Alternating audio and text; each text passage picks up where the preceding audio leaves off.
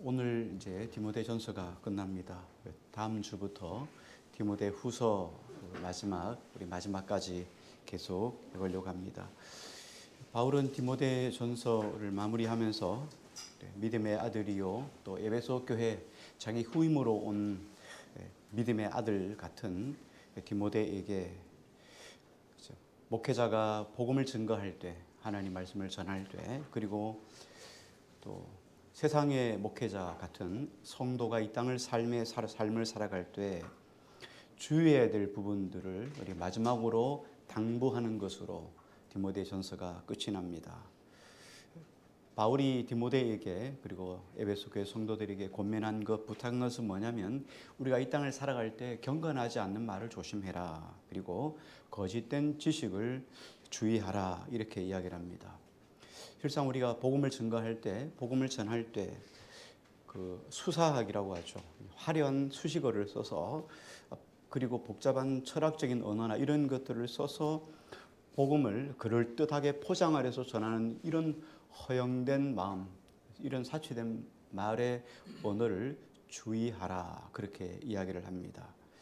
그렇게 한 사람들의 결말이 어떻게 되었는지 알고 있지 않느냐 하고 마지막에 그 부분에 대해서도 이야기를 합니다. 그래서 바울이 디모데와 에베소 교회를 하나님의 은혜 앞에 다시금 부탁을 드리는 것으로 디모데전서가 그렇게 끝이 납니다. 먼저 우리 6장 20절만 우리 같이 한번 읽도록 하겠습니다. 20절입니다. 시작.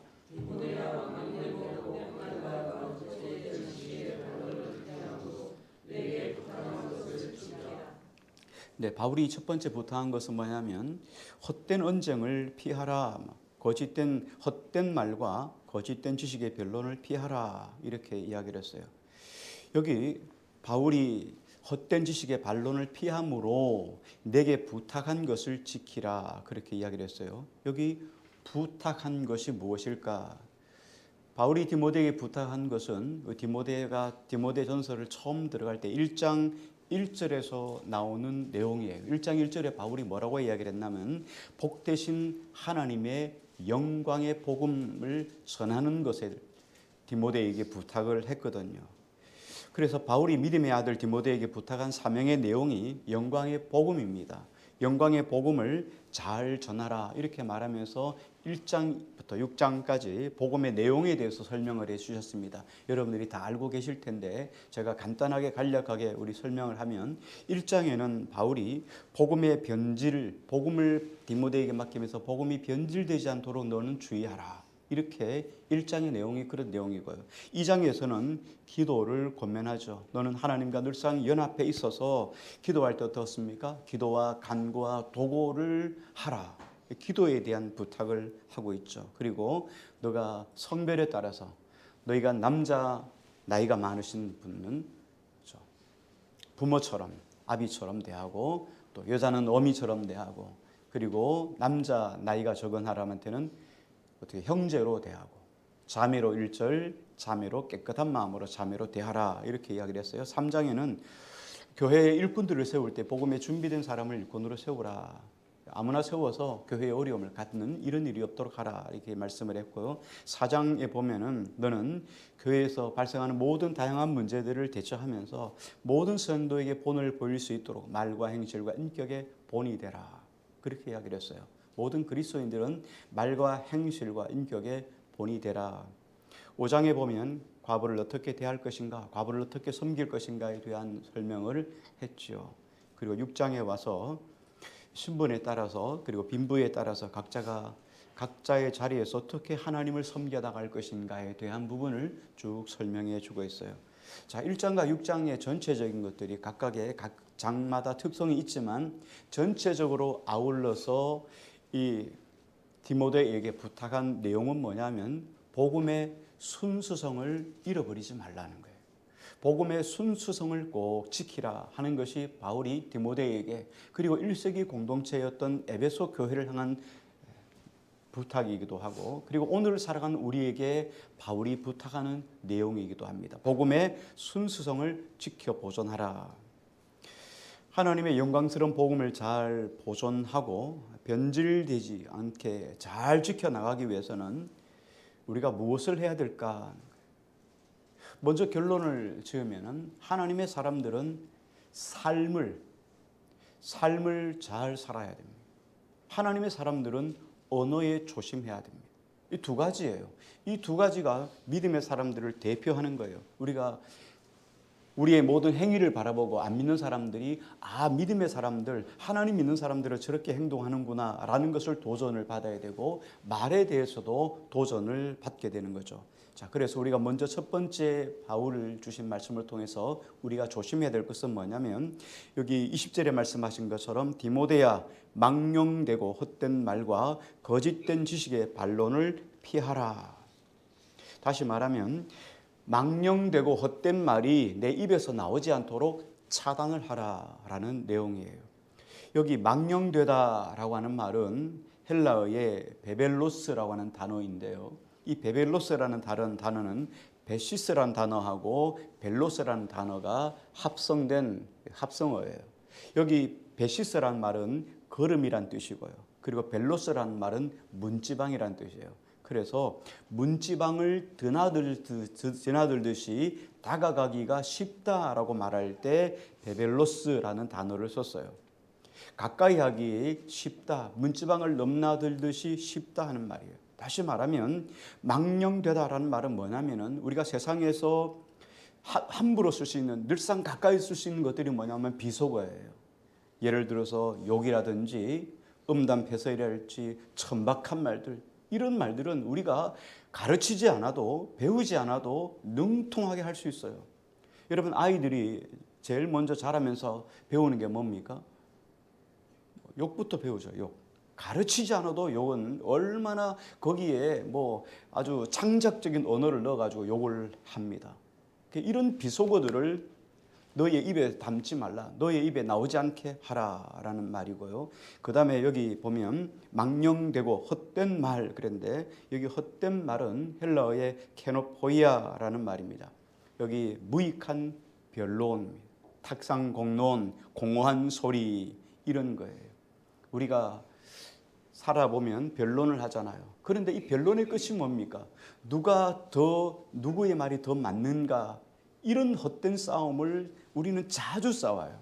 그래서 상대방보다 내 말이 옳다라고 결론이 났다고 생각해도 그게 우리가 살아가는데 무슨 유익이 있냔 말이에요. 그래서 우리는 이런 전투적이고 싸우는 것 때문에 우리의 영혼이 상하고 우리 마음이 상할 때가 너무 많아요. 이런 말을 가지고 케노포이아, 헛된 말이라고 이야기를 했어요. 그런데 바울이 지금 다음 디모데에게 부탁한 것은 뭐냐면 여기 헛된 망령된 말과 헛된 말이 너희 입에서 나오지 않게 하라. 복음의 순수성을 그대로 잘 유지하기 위해서는 가장 중요한 게 언어예요. 언어가 하나님의 복음을 마치 사탕발림처럼 사탕을 잘 바른다든지 혹은 저급한 말이라든가 비속어들을 담아서 복음을 전하면 이 복음의 순수성이 훼손돼 버리는 거죠. 그래서 우리 그리스도인들이 정말 조심해야 되는 것이 언어예요. 언어. 오늘 예수 그리스도의 복음은 그 복음 자체로 능력이 있어요.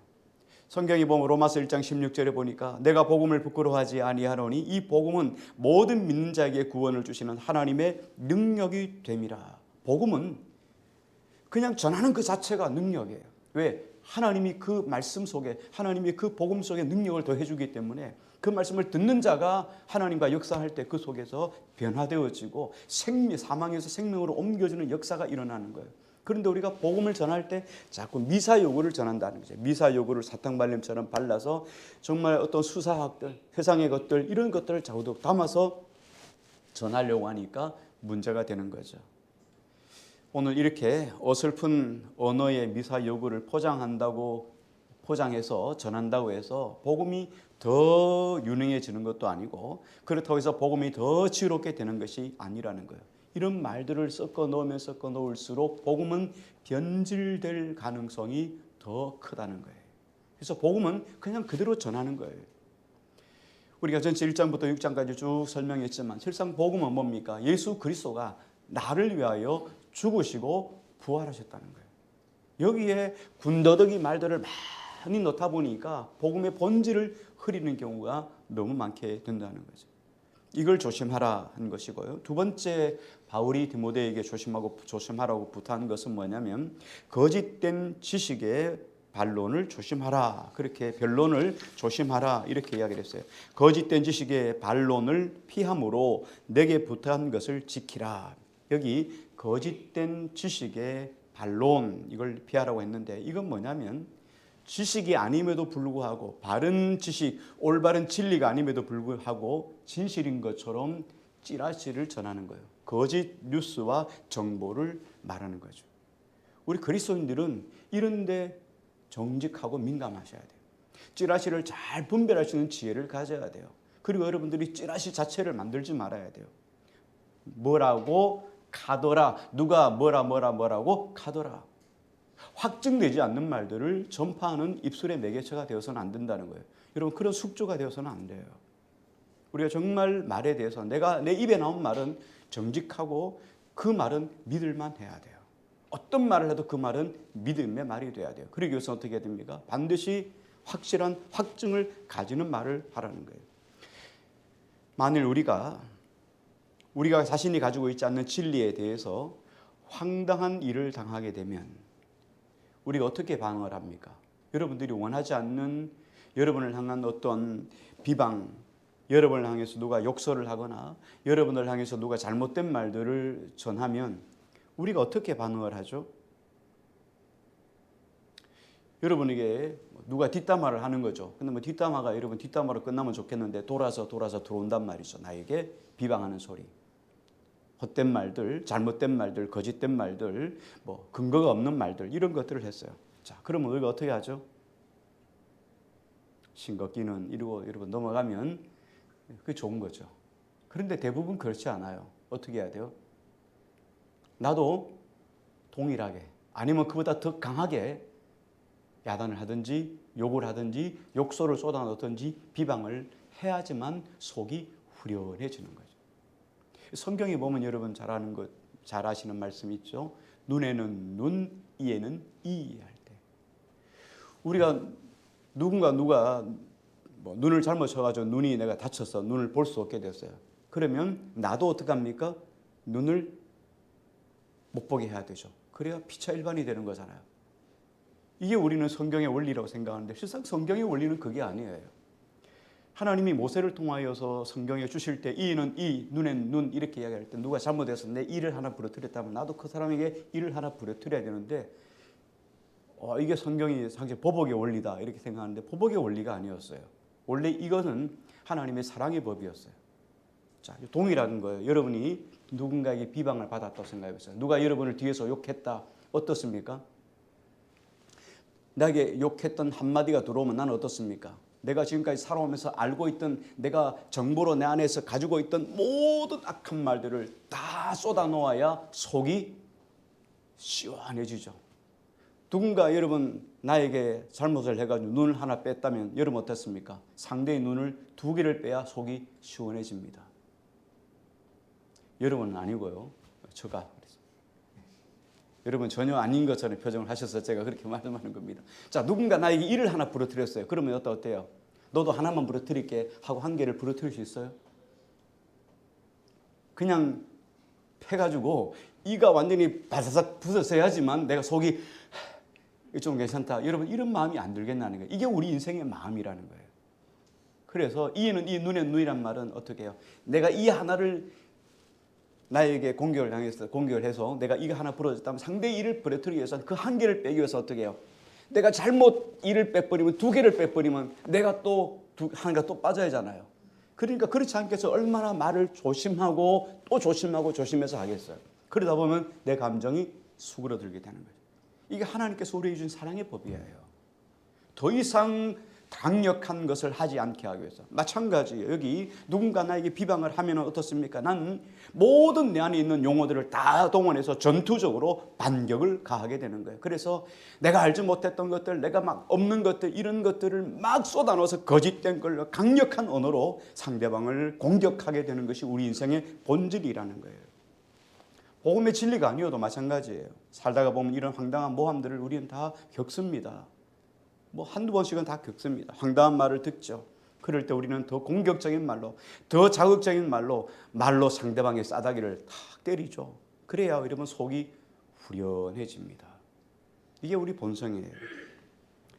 그런데 문제가 뭐냐면 우리가 얼마든지 그럴 수 있어요. 사람이니까. 그런데 문제가 뭐냐면 성경은 야고보서는 이렇게 말합니다. 너희 입으로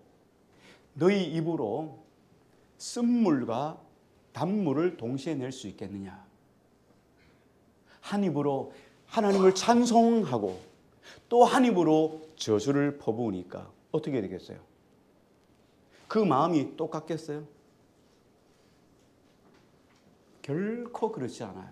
다시 말하면 우리 안에 한쪽에는 찬송을 드렸던 그 마음이 우리 안에서 저주를 퍼붓는 순간 찬송을 드렸던 그 마음이 저주를 퍼왔던 그 마음과 섞여져 버려서 진리가 우리가 거룩이 사라져 버리는 거예요. 섞여 버려서 부패해지고 만다는 거예요. 그 이야기를 하는 거예요. 한쪽으로 찬송을 드렸던 그 감동, 그 감정적인 그 마음, 그 하나님을 사랑했던 사랑하는 그 마음이 내 안에서 저주를 퍼붓는 것 때문에 흐려져서 혼탁해지고 마는 거예요. 영성이 사라져 버리는 거예요. 여러분, 그거는 누가 말하지 않아도 우리 한 분 한 분 우리가 그런 일들을 만나면 여러분 다 체험해 본 것들이 아니겠습니까? 그리고 나서 하나님께 기도하면 어떻습니까? 기도가 되지 않아요. 아버지, 하나님이란 말도 잘 우리 안에서 쏟아져 나오지 않아요. 기도할 수 없어집니다. 찬송할 수 없어집니다. 그럴 때 여러분의 거울을 한번 돌아보시기 바랍니다. 내 눈이 얼마나 날카로워져 있고 내 눈이 얼마나 전투적이고 내 심령이 얼마나 전투적이 되어 있는가를 여러분 그제서야 알게 되는 거예요. 그래서 바울이 이렇게 하지 말라는 거예요. 너가 말로 상대방을 공격하고 쏟아 놓으면 그 오물이 너 자신에게 도리어 튀기 때문에 그러므로 너희가 그런 일들을 만날 때 어떻게 반응하느냐가 중요하다는 거예요.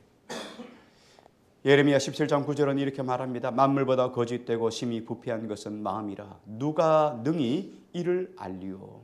우리 본성 자체가 부패한 심령이에요. 그래서 우리는 이 부패한 심령에도 누군가 한마디 말만 딱 던져놓으면 우리는 폭발하는 것이 우리 인생이에요. 누구나 예의 없이 우리는 다 똑같습니다. 그런 마음을 가지고 있어요.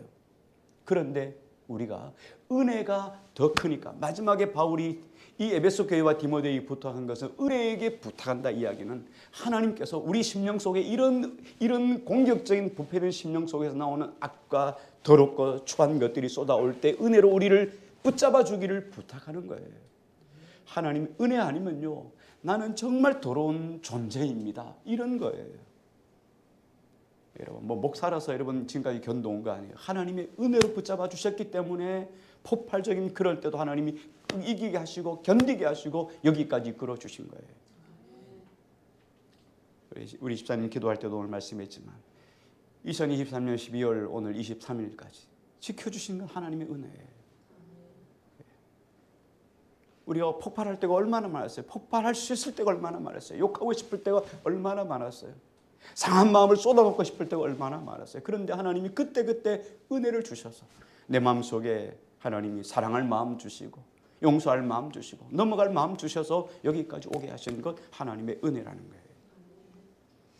여러분 우리 본성이 얼마나 악하냐면 진리는 늘상 어색해요. 진리는 늘상 들어도 낯설어요. 그런데 거짓은 친숙한 것이 우리 인생의 본성이에요.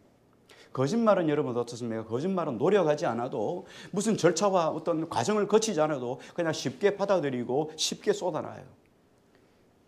여러분 우리가 하루에도 수많은 이야기가 정보들이 여러분 귀에 쏟아져 들어옵니다. 그런데 어떻습니까?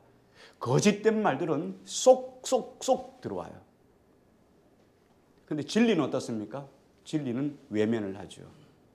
잘 들어오기 싫어요. 왜? 진리가 우리 안에 들어오면 우리 모든 몸 세포 전체가 거부를 하기 때문에. 그래서 진리가 내 안에 들어오려면 내 안에 있는 모든 세포 자체가 부인되어져야지만 진리가 들어올 수 있습니다. 그래서 예수님이 우리에게 이렇게 말씀을 하시는 거예요. 너희가 너희 자신을 부인하지 아니하면 아무든지 나를 따라올 수 없느니라. 여러분, 하나님 말씀을 받아들이려면요, 나를 철저하게 부인하지 않으면요, 우리는 진리의 사람이 될 수가 없어요. 그래서 주님이 도와주셔야 돼요. 나를 부인할 수 있도록 도와주셔야 돼요. 그래서 저와 여러분들, 오늘 바울이 디모데에게 그리고 에베소 교회 성도들에게 부탁한 내용이 바로 이런 거예요. 우리는 죽어야 사는 사람들이에요. 내 자신을 쳐서 복종시키고 죽지 않으면 절대로 진리로 새롭게 될 수 없는 존재가 바로 저와 여러분들이에요. 그래서 악에 대해서는 죽고 의에 대해서는 산 자가 되었다는 거예요. 바울이 경건하지 않은 언사와 거짓된 지식의 사용을 금지하기 위해서 디모데에게 편지를 보낸 것, 그리고 결론에 와서 다시 한번 또 부탁하는 이유가 무엇입니까? 영광의 복음 때문이에요. 이 복음 때문에. 저와 여러분들은 복음을 전하는 자들입니다. 복음을 가르치는 자입니다. 특히 목사는 복음을 가르치는 자입니다. 그래서 목회자는 언어를 많이 써요. 말을 많이 써요. 설교를 하니까 말을 많이 씁니다. 자, 저와 여러분들도 교회와 세상을 섬길 때 말로 진리를 보존하고 또 말로 복음을 전하기도 합니다. 그래서 언어라고 하는 것은, 언어는 내 안에 있는 진리를 전할 수 있는 도구가 바로 언어입니다. 자, 그런데 여러분, 이 도구를 잘 전해야 되는데 도구가 더러워지면은 어떻게 진리를 전할 수가 있겠어요? 그래서 저와 여러분들이 입술이 깨끗해야 사람들이 그 입에서 나오는 말의 원의에 순종하고 복종하고 믿을 수 있기 때문이에요. 만약에 허망한 말들, 그리고 거짓된 지식들이 저와 여러분의 입술 속에서 유통이 되면은 의도하든 의도하지 않든 공동체 안에서 말에 대한 신뢰가 깨지게 되고, 그리고 그런 말들 여러분이 세상에 나가 전하면요, 절대로 이런 사람들이 듣지 않습니다. 바울은 믿음의 아들 디모데에게 이 이야기를 하시면서 마지막까지 입술을 잘 관리하라 이렇게 말하는 거예요. 그리고 언어가 아름다운 사람이 되라 이렇게 권면을 하는 거예요. 여러분, 우리가 거짓말을 하고 세상의 비속어들을 쏟아놓으면, 자, 그리고 어느 날 여러분들이 하나님 은혜를 주셔가지고 누군가에게 복음을 전합니다. 예수 믿으세요. 교회 나오세요. 이러면 사람들이 뭐라고 하겠어요? 나를 너무 잘 알고 있어요. 내가 욕하고 비속어를 썼던 거 다 알고 있어요. 내가 거짓말했던 거 다 알고 있어요. 그런데 내가 복음을 전해? 그게 진짜인지 거짓인지 어떻게 알겠어요? 그러니까 우리 말과 행실에 대해서 우리가 정말 조심해서 살아야 되는 이유가 바로 그거예요. 복음이 거침이 되지 않게 하기 위해서, 영광의 복음이 거침이 되지 않게 하기 위해서. 그래서 바울은 다시 한번 디모데에게 이런 부탁을 하는 거예요. 너희 언어와 행실을 조심하라. 왜? 하나님의 영광의 복음이 훼손되지 않게 위해서, 복음이 복음되기 위해서 그 삶을 살아라. 이렇게 부탁을 하는 거예요.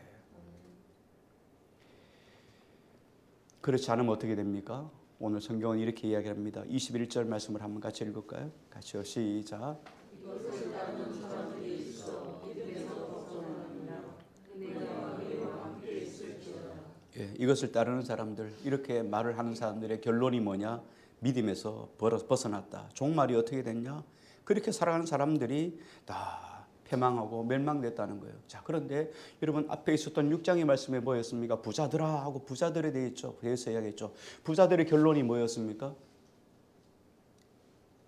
멸망당했죠. 패망당했죠. 은혜에서 떠나갔죠. 그러니까 이 부자들의 삶의 결론하고 이 허망한 말들을 하는 삶의 결론이 똑같으라 이 말이에요. 지금 그 이야기를 설명하는 거예요. 그래서 바울이 디모데에게, 그리고 디모데 1세기를 살아온 사람들에게 이 이야기를 부탁하는 거예요.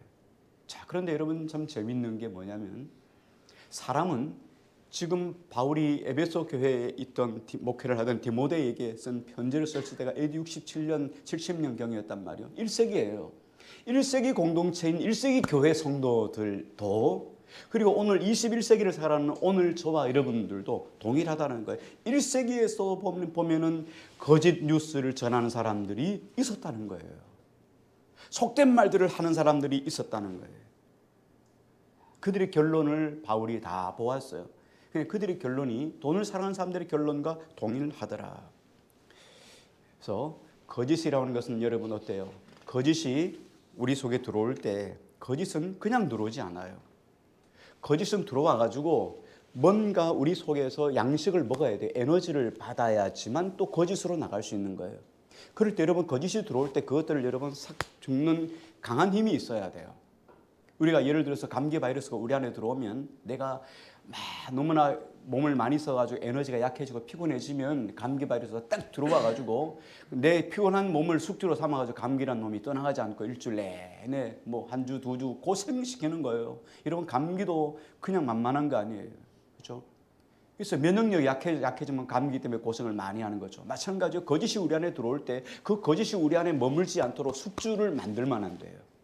내가 거짓된 마음이 있으면 내 안에 거짓된 마음이 들어와 거짓이 들어와서 나도 똑같이 동일하게 사람들 앞에 가더라 하면서 전하는 게 2배, 3배의 거짓말을 하게 되는 거예요.